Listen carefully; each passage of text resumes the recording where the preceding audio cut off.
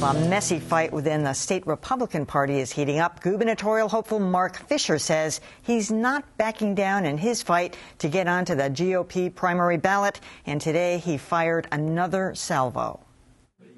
This morning, Marc Fisher had plenty of ill when speaking of his fellow Republicans. The Mass GOP leadership, Charlie Baker, his cronies from Merrimack Street, trying to knock me out of the race, delivered another low blow, and I suffered many of them at the convention, and I'm standing up to it. Earlier this week, the state GOP accused Fisher of demanding $1 million in exchange for dropping his lawsuit to get on the primary ballot. But Fisher says it was the other way around. Last December, the Mass GOP came to me and offered me $1 million to drop out of the race for governor. My first reaction was, this is a bribe. This is illegal. In a strongly worded response, the Massachusetts GOP calls Fisher's accusations false and unsubstantiated. The whole dispute goes back to the Republican convention in March, when party officials said Fisher failed to qualify for the primary ballot. Initially, Fisher said he didn't think he was being deliberately excluded. I don't believe that they intentionally did it.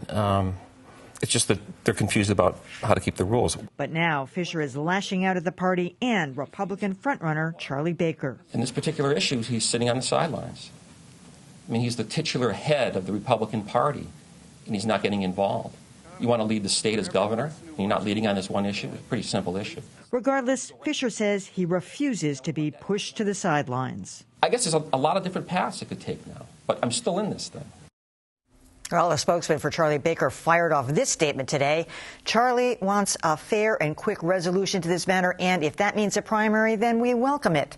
Despite Mr. Fisher's latest performance, Charlie hopes Mr. Fisher will work with the party for a reasonable resolution.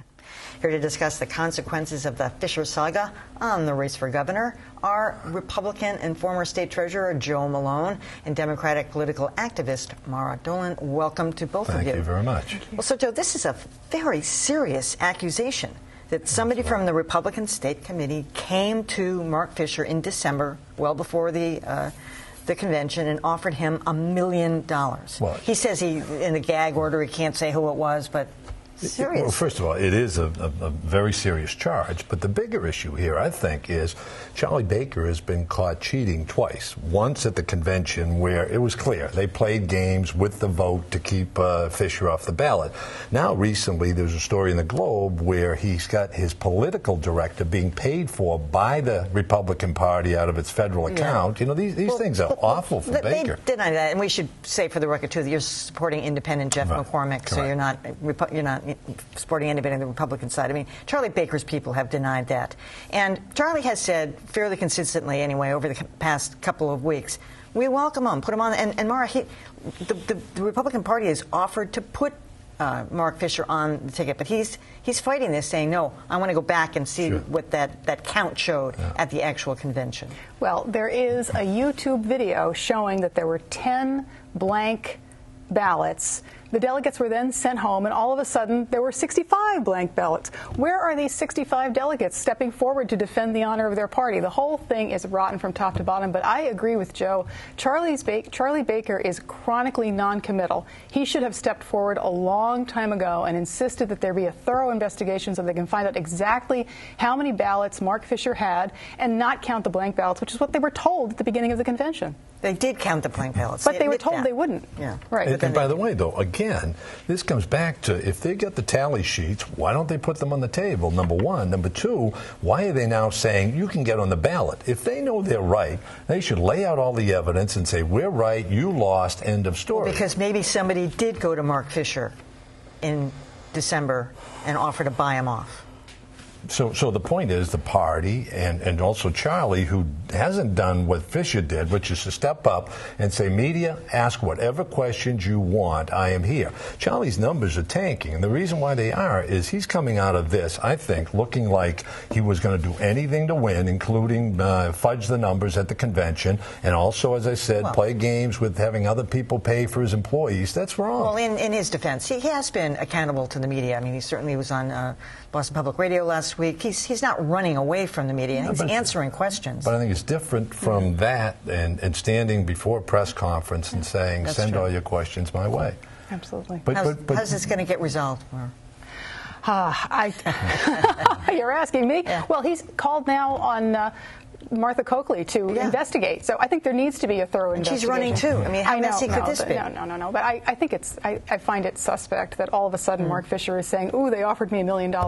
At the time, he should have come forward at the time and said they're trying to bribe me. So it's very hard to believe. Speaking of quagmires.